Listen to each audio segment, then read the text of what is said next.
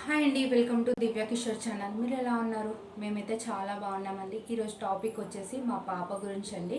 అయితే డిసెంబర్లో లాస్ట్ వీక్లో అనమాట ఈ మ్యాటర్ అయితే జరిగింది. సడన్గా మేము అలా అవుతుందని కూడా అసలు ఎక్స్పెక్ట్ చేయలేదు. సాటర్డే రోజు అయితే ఇంకా మేము సండే రోజు మేము హౌస్కి షిఫ్ట్ అవ్వాలని చెప్పేసి మా వాళ్ళందరూ వచ్చేసారు. మా మామయ్య వాళ్ళు, మమ్మీ వాళ్ళు, తమ్ముడు. అయితే ఆ రోజంతా మేము మంచిగా మాట్లాడుకుంటూ ఉన్నాం. పాపకి ఎందుకో లైట్గా ఫీవర్ స్టార్ట్ అయింది అనిపించింది. టెంపరేచర్ చెక్ చేస్తే నార్మల్గా, అంటే మామూలుగా 99 అలా 100 చూస్తుందని చెప్పేసి నేను సిరప్ అయితే వేసిన తర్వాత తను బాగానే ఉంది. ఇంకా ఫుడ్ తినిపించాను, బాగానే ఉంది, ఆడుకుంటుంది. ఇంకా అంటే మామూలు ఫీవరే కదా అని అనుకున్నాము.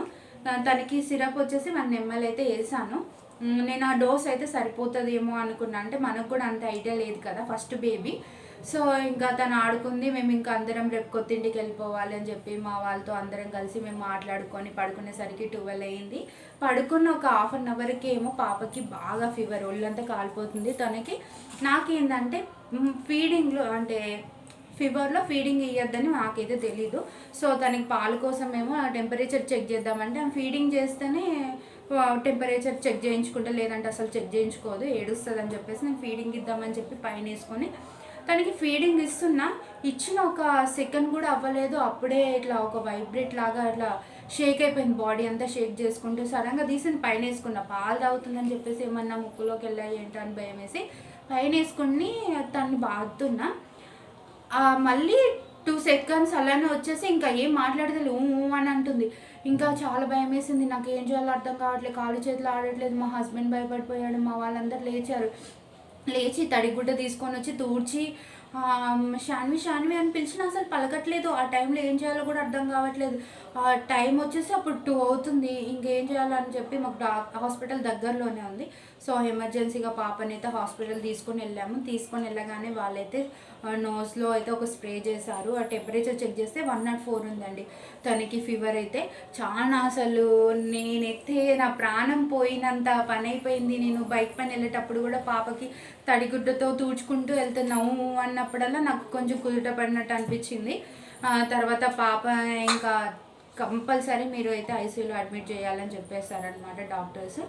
సరే అని చెప్పేసి మేమైతే అడ్మిట్ చేసాము. యాంటీబయాటిక్ డోసెస్ అయితే స్టార్ట్ చేశారు. తర్వాత పాపకి హాస్పిటల్లో 24 hours తర్వాతే, అంటే ఈ 24 hours ఎప్పుడు డిశ్చార్జ్ చేస్తారని అడిగితే 24 hours తనకి ఫీవర్ అయితే రాకూడదు. ఒకవేళ ఫీవర్ వచ్చిందంటే కంపల్సరీ హాస్పిటల్లోనే ఉండాలి అని చెప్పారనమాట. తనకైతే టెంపరేచర్ చెక్ చేస్తూనే ఉన్నాము. అంటే ఎవ్రీ 6 hours ఒకసారి టెంపరేచర్ మెడిసిన్ వేస్తున్నారు, చెక్ చేస్తున్నారు. సో అయితే తనకైతే టెంపరేచర్ చెక్ చేసినప్పుడు లైట్గా ఫీవర్ అయితే వచ్చింది. కంప్లీట్గా రావద్దంట ఫీవర్. సో అయితే కంప్లీట్గా రాకపోతేనే మన ఇంటికి అయితే పంపిస్తామని చెప్పారనమాట. పాప డిస్టర్బ్ చేస్తుంది, ఏమీ అనుకోకండి. కంప్లీట్గా రావద్దని చెప్పారు. సరే అని చెప్పేసి ఉన్నాము. అయితే తను ఫీవర్ లేనప్పుడు చాలా యాక్టివ్గా ఉంది. నైట్ ఏమో చాలా అసలు ఘోరంగా మా సిచ్యువేషన్ అయితే. పాపకి ఏమైపోయిందో ఏందో అని చాలా భయపడ్డాము. కానీ మార్నింగ్ లేసేసరికి తను బాగా యాక్టివ్గా ఉంది. కొన్ని క్లిప్స్ అయితే మీకు పెడతా, వీడియోస్ అయితే హాస్పిటల్లో నేను తీసుకున్నది. ఒక నిమిషం. ఇంకొకటి ఏంటంటే మనకు మెడిసిన్, అంటే ఇప్పుడు ఫీవర్ వచ్చిన మెడిసినే మళ్ళీ నెక్స్ట్ సీల్ ఒకసారి వన్స్ ఓపెన్ చేసామంటే నెక్స్ట్ టైం మళ్ళీ ఫీవర్ వచ్చినప్పుడు మాత్రం ఆ సిరప్ వేయకూడదంట. నాకైతే తెలీదు. సో నేను అదే సిరప్ వేసాను అనమాట. తనకి వేసిన తర్వాత ఆ విధంగా అయితే అయింది. మళ్ళీ డాక్టర్ని ఎందుకు తనకి ఫిట్స్ వచ్చిందని అడిగితే డాక్టర్స్ అన్నారు జెనెటిక్తో కూడా వస్తుందంట, లేదంటే ఫీవర్తో కూడా వస్తుందని చెప్పారనమాట. సో చిన్నప్పుడు నాకు కూడా హై ఫీవర్లో అయితే పిడిసి వచ్చిందంట. సో మా బేబీకి కూడా నా వల్లనేమో అని నేను అనుకున్నాను. కానీ కొందరికైతే ఫీవర్తో అయితే వస్తుందంట. తర్వాత తనకి ఏం చెప్పారంటే డాక్టర్స్, తనకి 5 years వరకు ఎప్పుడు ఫీవర్ వచ్చినా ఒక ట్యాబ్లెట్ అయితే పిడ్స్ ట్యాబ్లెట్ అయితే కంపల్సరీ వేయాలని చెప్పారు. కానీ ఆ రోజు అంత ఇన్సిడెంట్ జరిగిన తర్వాత నేను ఇప్పటి వరకు అండి, తను నిద్రలో కొంచెం అన్న ఏడ్చిన ఏం చేసినా నాకు సరిగ్గా అసలు నిద్రే ఉండదు, భయం వేస్తుంది. మన హాస్పిటల్లో కూడా మేము ఒక 3 days అవుతున్నాము. తనకి ఫీవర్ తగ్గేంత వరకు హాస్పిటల్లోనే ఉన్నామన్నమాట. నాకు ఆ రోజు ప్రతిరోజు గుర్తుకొస్తుందండి తనైతే. అప్పుడు నేను ఉన్న 3 days కూడా ఒక్కరోజు కూడా నేను కంటిన్యూగా నిద్రపోయిందే లేదు. అంత భయమేసింది. మళ్ళీ ఏమవుతుందో ఒక 5 minutesకి ఒకసారి సిస్టర్ రండి డాక్టర్ తనకి ఏమైంది అన్న ఒక టెన్షన్లోనే నేను ఉండిపోయాను తప్ప, తను ఎప్పుడైతే యాక్టివ్ అయిందో, తను ఎప్పుడైతే మాట్లాడిందో అప్పటి నుంచి నా మనసు అనేది గుర్తుపడిందండి. కానీ ఇప్పటికీ భయం వేస్తుందండి, ఎందుకంటే మళ్ళీ అలాంటి సిచ్యువేషన్ వస్తుందేమో అని చెప్పేసి నేను ఎప్పుడు చూస్తూనే ఉంటా. మన పిల్లల్ని మనం ఎప్పుడు చూసుకుంటూనే ఉండాలి. సో అలాంటి సిచ్యువేషన్ అయితే జరిగింది. ఒకవేళ మీకు ఈ వీడియో కనుక నచ్చినట్టయితే లైక్ అండ్ షేర్, సబ్స్క్రైబ్ అయితే చేసుకోండి. ఇంకా మంచి మంచి టిప్స్ అయితే మీకు ఇస్తూ ఉంటాను. ఒకసారి మీకు హోమ్ టూర్ కూడా కావాలి అంటే కామెంట్ చేయండి, నేను హోమ్ టూర్ కూడా చేస్తానండి. Okay friends, bye. కొన్ని టిప్స్ అయితే యాడ్ చేస్తాను అన్నాను కదండి, యాడ్ చేస్తాను చూడండి. హాస్పిటల్లో అయితే బేబీకి పిడ్స్ ఎందుకు వస్తుందని అంటే, హై ఫీవర్ వచ్చినప్పుడు బ్రెయిన్ అనేది తట్టుకునే శక్తి అయితే ఉండదంట. బ్రెయిన్ డెవలప్ అవ్వడానికి మినిమం 2 years అయితే పడుతుందంట.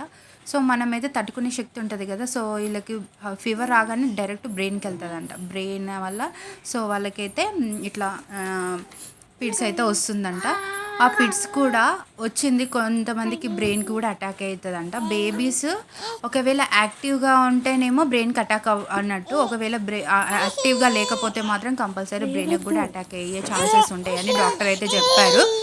డైలీ అయితే నెప్లైజర్ పెట్టారు, సిరప్స్ అంటే 6 hours-కి ఒకసారి, 4 hours-కి ఒకసారి, 9 hours-కి ఒకసారి ఇట్లా టెంపరేచర్ చెక్ చేసుకుంటూ సిరప్స్ వేయడము, ఒకసారి అబ్జర్వ్ చేయడము బేబీని. అట్లా 3 days అబ్జర్వ్ చేసిన తర్వాత బేబీ యాక్టివ్గానే ఉంది, మంచిగానే ఉంది, ఇంకా ఫీవర్ కూడా ఏం రావట్లేదని చెప్పి 3-4 daysకి అయితే మమ్మల్ని అయితే డిశ్చార్జ్ అయితే చేశారండి.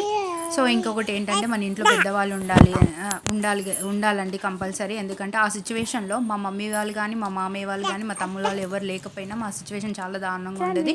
వాళ్ళందరూ ఉన్నందుకు మాకు కూడా కొంచెం ధైర్యం అనేది వచ్చింది. ఇంకొకటి ఏంటంటే, బేబీస్కి ఫీవర్ వచ్చినప్పుడు కంపల్సరీ ఒళ్ళు అనేది తూడ్చాలండి. సో ఎప్పుడు మనం ఒళ్ళు వేడిగా ఉన్నప్పుడు కొంచెం చెక్ చేసుకుంటూ బేబీకి మంచిగా క్లాత్తో, తడిగుడ్డతో తూడవడం కానీ అలాంటివి చేయాలి. ముందే ఇంకా సమ్మర్ కూడా వస్తుంది కదండి, సమ్మర్లో అయితే చాలా జాగ్రత్తగా అయితే చూసుకోవాలి. బేబీస్కి వాటర్ తాగించడం కానీ, కొన్ని ఫ్రూట్స్ తినిపించడం కానీ, ఎప్పటికప్పుడు ఒళ్ళు తూడ్చడం, లేదంటే ఈవినింగ్ మార్నింగ్ స్నానం చేయించడం అలాంటివి అయితే చేయాలి. మేము ఏం చేస్తాం, ఇంకొకటి ఏంటంటే, ఫీవర్ వచ్చిన వెంటనే హాస్పిటల్కి తీసుకెళ్ళి ఒక 1 day అన్న 2 days అన్న అబ్జర్వ్ చేయాలి కదా. సో మేము అట్లా ఈరోజే కదా ఫీవర్ వచ్చింది, ఒకవేళ రేపు కూడా ఇలాగే ఫీవర్ వస్తే హాస్పిటల్ తీసుకెళ్దాంలే అని చెప్పేసి మేము అలా సిరప్ వేసామన్నమాట. సో కానీ అంత సీరియస్ అవుతుందని మేము కూడా ఎక్స్పెక్ట్ చేయలేదండి. ఎవరైనా సరే, ఎవరి బేబీకైనా సరే ఇలా ఫీవర్ వస్తే మాత్రం ఫస్ట్ టెంపరేచర్ చెక్ చేసిన తర్వాత ఒళ్ళు మాత్రం కంపల్సరీ తూడ్చండి. తూడ్చిన తర్వాత డాక్టర్ని అయితే కన్సల్ట్ అవ్వడం బెస్ట్. ఎందుకంటే బేబీస్కి మంత్ చేంజ్ అయినా కొద్దీ బేబీస్కి అనే డోసెస్ కూడా పెరుగుతూ ఉంటాయంట. సో అది మాకు తెలియదండి, ఫస్ట్ టైం కాబట్టి ఇవన్నీ డాక్టర్ చెప్పారు కాబట్టి మాకు తెలుసు. సో మాకు తెలిసింది మీకైతే చెప్తున్నాను. సో అలాగా హాస్పిటల్లో అయితే మేమైతే ఇక బేబీని ఇలా మా మమ్మీ రాగానే వెళ్ళింది, మా మమ్మీ ఎత్తుక్కోమంది. సో ఎత్తుకుందనమాట. కానీ హాస్పిటల్లో ఉన్నాం కానీ ఆ నరకం చూస్తే మాత్రం తట్టుకోలేకపోయాను. పాపకి సెలెన్స్ పెట్టినప్పుడు అమ్మమ్మ అని అరిచేదనమాట. అంటే అది పైకి వెళ్తుంటుంది కదా, వాళ్ళకు ఏమో మాటలు రావు. మమ్మీ నాకు ఇది అవుతుంది, నాకు అది అవుతుంది అని చెప్పడానికి అయితే మాటలు రావు కదా, మనమైతే చెప్పుకోగలుగుతాం కానీ వాళ్ళు చెప్పుకోలేరు కదండి. సో ఈ వీడియో కానీ మీకు నచ్చినట్టయితే లైక్ అండ్ షేర్, కామెంట్ చేయండి.